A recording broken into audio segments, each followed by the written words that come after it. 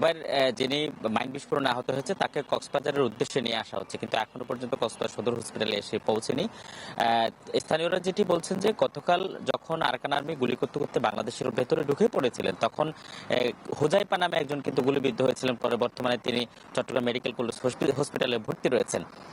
তারা মূলত Arakan army যখন গুলি করতে করতে বাংলাদেশে ঢুকেছিলেন, তখন ফেরত যাওয়ার পথে বাংলাদেশের বেড়িবাঁধের পরেও যে বাংলাদেশের যে ছোট ছোট দ্বীপগুলো রয়েছে, যেখানে চিংড়ি ঘের সহ নানা ধরনের মাছের ঘের রয়েছে, সেই ঘেরগুলোতে তারা মাইন পুঁতে গিয়েছিল। পরে আজকে সকালে হানিফ নামে স্থানীয় লম্বাবিল এলাকার একজন যখন সেখানে মাছের ঘেরে গিয়েছিলেন, তখন তিনি মাইন বিস্ফোরণে আহত হয়ে পরে স্থানীয় লোকজন দেখে তাকে সেখান থেকে গিয়ে উদ্ধার করে নিয়ে এসে হসপিটালে করে এই ঘেরগুলো রয়েছে সেখানে কিন্তু এখন লোকজন যেতে ভয় পাচ্ছে। কারণ কারণ তারা ধারণা করছে সেখানে হয়তো অসংখ্য মাইন তারা ফুটে গেছে, যে মাইনে সেখানে পা দিলে হয়তো কেউ না কেউ আহত হতে পারে। ফলে বিজেপির পক্ষ থেকে যদিও এইসব বিষয় নিয়ে এখন বলেন, তারা গতকাল যেটি বলেছিলেন, গতকালকে পরিস্থিতি নিয়ে গতকাল রাতে একটি ব্রিফিং করার কথা, পরে সেটি বাতিল করা হয়। আমরা জেলা পুলিশ গতকাল রাতে একটি ব্রিফিং করার কথা ছিল, কিন্তু পরে সেটি বাতিল করা হয়। আমরা জেলা পুলিশের সাথে কথা বলেছি, তারা যেটি বলছেন যে এখন পর্যন্ত তাদের কাছে 57 জন রয়েছে যারা রোহিঙ্গা বিদ্রোহী গোষ্ঠী বলে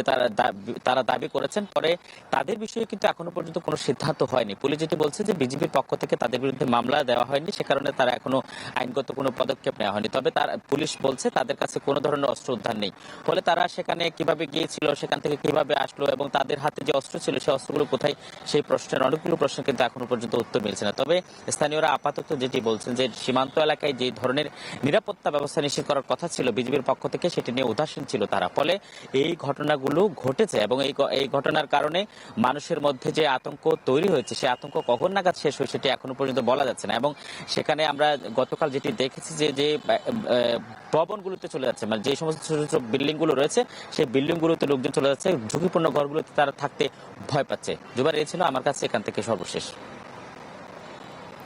আজিম, ধন্যবাদ আপনাকে। দর্শক, সীমান্ত পরিস্থিতি সহ সার্বিক বিষয় জানাতে কক্সবাজার থেকে যুক্ত হয়েছিলেন সহকর্মী আজিম নিহাত।